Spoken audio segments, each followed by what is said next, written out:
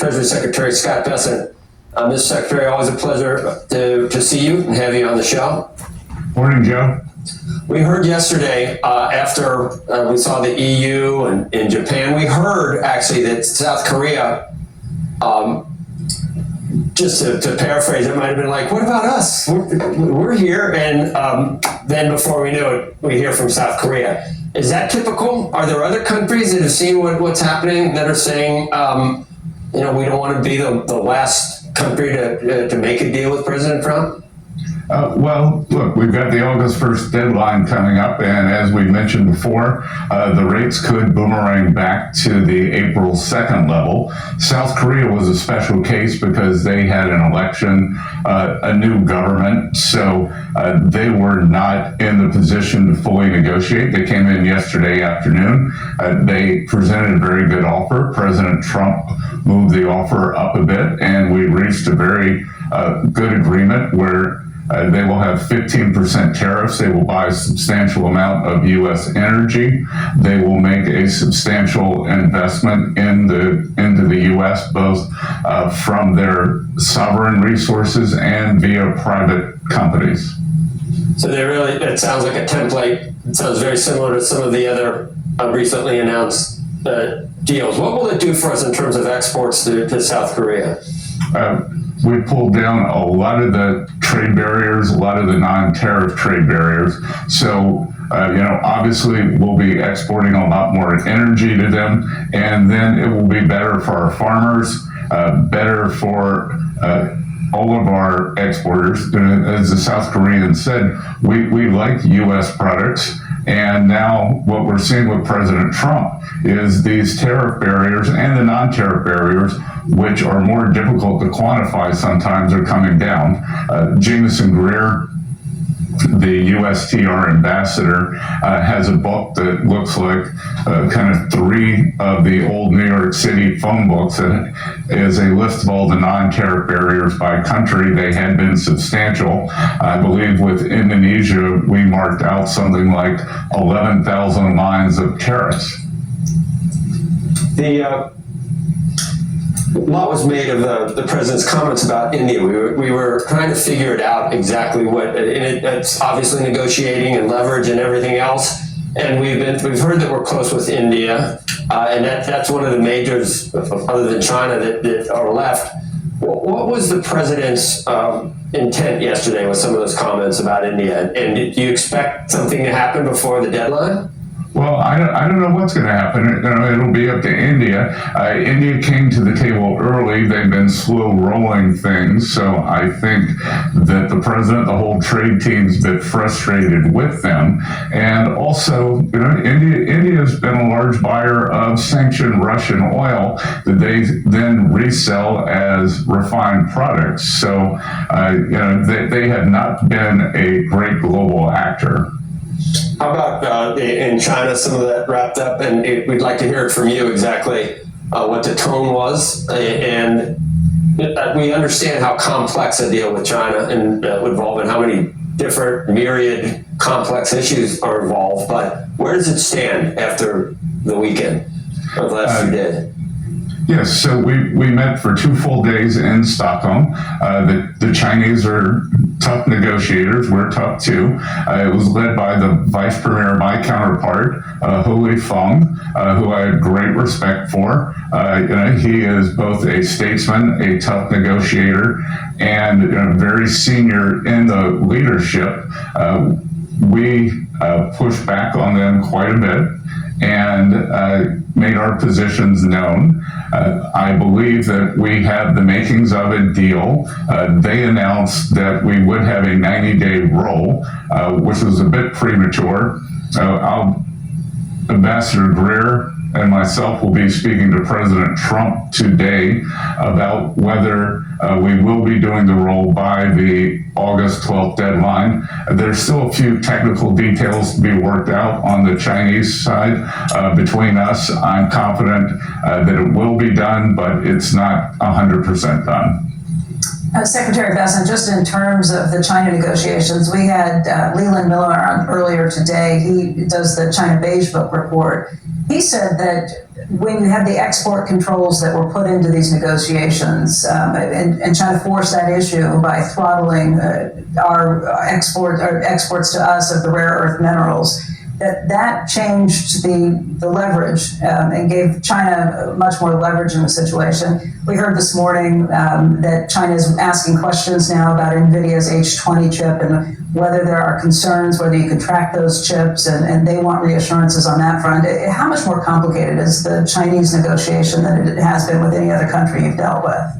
Well, one thing I'll tell you is that is a gross oversimplification from your previous guest. I didn't hear what he said, but I can tell you, they have used the rare earth magnets as a negotiating card, but we've got plenty of our own. And we at a point had 12 countermeasures on against them. All national security based. We have dropped those. The magnets are flowing, and we'll see. But you've got the two largest economies in the world, and Becky, what we've never seen before in recent history is if you look back to the economic negotiations, 70s, 80s, even the 90s. You look at the Plaza Accord, the Blue Accord, some of the big economic negotiations. Even when the U.S. came off the gold standard in the 70s, we were negotiating with our allies. Our allies were our biggest economic rivals, and then there was the Soviet Union, who was our big military rival. They were a small economy, but a military powerhouse. Negotiating with China, we are negotiating both with our largest economic rival and our largest military rival. So you're right to say that this is, in a way, three-dimensional chess. Mr. Secretary, one of the things we're all watching is the Treasury market. And China, of course, had been a massive buyer over the years of our treasuries. And I'm curious, as these negotiations continue over trade, and we start to see some of the numbers in terms of what they're buying or not buying, or frankly selling, how you think that could influence or change anything? Really for most of the Asian economies, 2017 marked the high point of their ownership of U.S. treasuries. We've seen a gradual decrease since then. The treasury market really hasn't featured in any of these negotiations. Mr. Secretary, I have a real specific question to ask you about some of the unintended maybe consequences of tariffs. Ford hasn't lost money in a quarter since 2023. They make almost all their cars here. Now they're doing, I think they're trying the best they can to have U.S. made vehicles, but they still import some parts. As a result, $800 million in tariffs pushed them into wiped out the profit entirely. Are there still carve-outs available? If a company like Ford comes to you and says, look, this is how this affected us, or comes to the president, this is a direct consequence of what's happening. That's not what was intended with the tariffs, was it? And it's not what we want, I don't think, to cause Ford to report a loss, even though they're trying their best to make all their cars here. And look, I admire, Joe, I admire Ford. Ford, I believe, has the highest U.S. production of any auto manufacturer. I think that there were numerous circumstances with Ford. I believe that the Ford F-150, 250, their big truck series is made out of aluminum instead of steel, which is different than other cars. So I think maybe the aluminum tariffs hit them harder. We will be negotiating with Canada on those. So, I think with Ford, it's probably been idiosyncratic. The number we got yesterday for GDP was above expectations. Great sounding number, 3%. But if you average it with the first quarter, many are pointing out it's about 1.2% average GDP growth, which is slower than in the last year. Obviously, the second half will tell the tale, and the big beautiful bill, a lot of those positives, some of the tailwinds for businesses probably aren't evident yet, but there is some, it looks like maybe some lessening of demand. One of the key drivers, I think, is final sales to private domestic purchasers. You probably are more familiar than I am with it. Slowest growth since 2022, and they're tying that to tariffs. I mean, there's a lot of long-term benefits, I think, the president and you see in tariffs, but near term, do you need some other things to kick in, maybe lower interest rates to offset some of the effects of the tariffs? Well, Joe, maybe you should call the folks over on Constitution Avenue and tell them tell them what you're hearing. That wasn't what Chair Powell said in the press conference yesterday, and I think we have great momentum in the economy now that the tax bill is passed. There is great certainty. I think that there has been a big holdback in CapEx until companies were sure that they were going to get the 100% immediate expensing, and then they'll be getting, and that's permanent, they'll be getting 100% immediate expensing for factory structures and ag structures for the next 5 years. So we're seeing a CapEx boom that started. I think it's going to really accelerate third, fourth quarter. And Andrew and I were out in Sun Valley. A lot of the tech titans out there are talking about the continued AI acceleration, and we're expecting to see that productivity kick in the first or second quarter of next year. So I would expect that we are going to see an economic acceleration from here. And again, if I were the Fed, I would try to think a little about the 1990s Greenspan model, where you saw the productivity kick in from the previous decades adoption cycle in office technology, in electronic technology. I think there's a good chance we could see a replay of the 1990s, and it's going to take a little bit of imagination, same way Alan Greenspan had.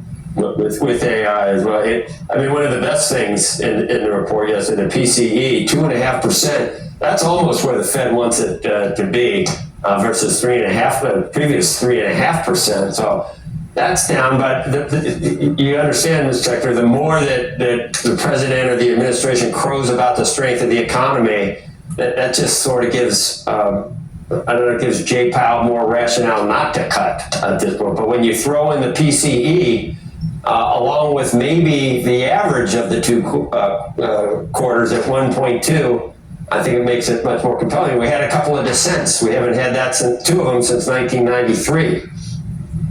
Well, I also think, I know Chair Powell said at the ECB annual conference in Portugal that the Fed would have been cutting if it weren't for tariffs. And Joe, to your point, we haven't seen any inflation, and PCE is quite nascent. So I'm not sure what the case is here. But at this point, you figure, when will we hear? That's a good one. So he makes it till May, Jay Powell. Let's assume that. It's not unusual to see an appointment announced, I don't know, well before then. Do you have any idea on when we might hear what the president is thinking in terms of Chair Powell's replacement? I do. I'm going to be. Sure, Joe, if you could just lean forward, I'll tell you a little. It's Connie Chung whispered in my ear. That's right. So we are putting together a very good list of candidates. And remember, there are going to be 2 seats opening up. Governor Kugler will be leaving in, I can't remember whether January, February, Chair Powell in May. So there will be 2 seats opening up. I'm putting together a list for President, Chief of Staff to review. We'll be interviewing people. I would expect that we could have an announcement by the end of the year. Is Powell definitely leaving? Because even though his chairmanship is up, his seat, I think, extends a little longer. His seat extends for 2 years. 2 more years. 2 years. It would be highly unusual for a chair to stay on. And you're helping with the search, obviously. We shouldn't read into it any like Dick Cheney type stuff, should we, Mr. Secretary? Look at Dick Cheney looking for a vice president, and then lo and behold. As I keep saying, you would serve. Likes his job better. He does. The food's better at the Fed, though. He might be able to keep that job and have the other job. The food is better at the Fed, and I can tell you the Treasury building, we run it very well. We keep it in good shape. We don't do any major building projects. We do things as needed, and it's a great historical building. Mr. Secretary, I have one actually Fed question. Do you think that the Fed chair, because you do have to have the whole board kind of with you, could you imagine actually putting somebody in who has views that are otherwise different than the rest of the group and is therefore unable to effectuate the changes that perhaps the president would be pursuing? I think, Andrew, that we want the person who's going to do what is best for the American people and for the economy. And as Joe said, we had the first 2 dissents for several decades. So it looks like there's already a schism in the board. So there would be 2 more voters. We would have a majority of the board. But of course, then there are the regional governors who rotate their voting status. Do people misunderstand that some of your comments and extrapolate it to Social Security, Mr. Secretary? Or was that actually something you're thinking about, the privatization? No, it was ridiculous. I was giving an interview, and I was talking about the $1,000 baby bonds that every American citizen, every newborn is going to get. The Democrats hate this program because it brings capitalism and markets to every American, not just their constituents at the upper end. Over time, the compounding is going to be an incredible supplement to Social Security, not a replacement. It is a complement. And what I said was Social Security will continue as it is. It is intact. Everyone will get their check every month. But it's very exciting to me that there could be a big payout at the end of when people turn 59 or 60 for the first time, Joe, because as you know, bottom 50% of households in America do not have financial assets, and President Trump is giving them financial assets. I believe that the reason you all have the mess you are about to have in New York, Caracas-on-the-Hudson, is because people have given up on a market-based system. And the Trump administration is going to make every newborn a shareholder, and they are going to have a stake in the system. When you have a stake in the system, you do not want to bring down the system. So the power of compounding could mean a big payout that would be a complement, not a substitute for Social Security. Oh, yeah, that is horrifying. It is, and it is horrifying to some. If you're not beholden to the government, sort of undercuts a lot of one side's programs, doesn't it? If you're, that's horrifying. Mr. Secretary? Well, the other thing too is, I got to say, some of the senators who criticize me are the ones who take the most advantage of, they don't have insider trading rules. So Senator Wyden criticized me. He has he's a statistical aberration. Somehow he has made over 120% one year, over 70% the next year. If he were a private citizen, the SEC would be knocking on his door. Same with the Pelosi family. How does this happen? That's a good point. It's a good point. Mr. Secretary, we appreciate all the time again that you've given us and hope to see you frequently as we did today. Thanks. Good. Thank you.